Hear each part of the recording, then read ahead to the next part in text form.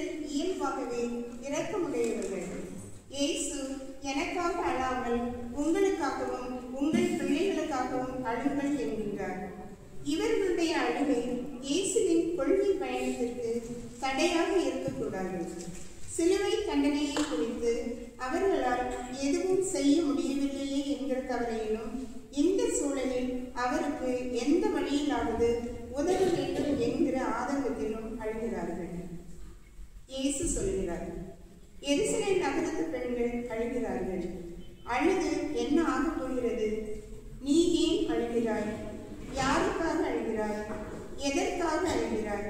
நீ எனக்காக அழ வேண்டாம். உங்கள் வாழ்வை மேன்மைப்படுத்திக் கொள்ள, உங்கள் குடும்பத்தை நல்வழிப்படுத்த முயற்சிகளை மேற்கொள்ளுங்கள்.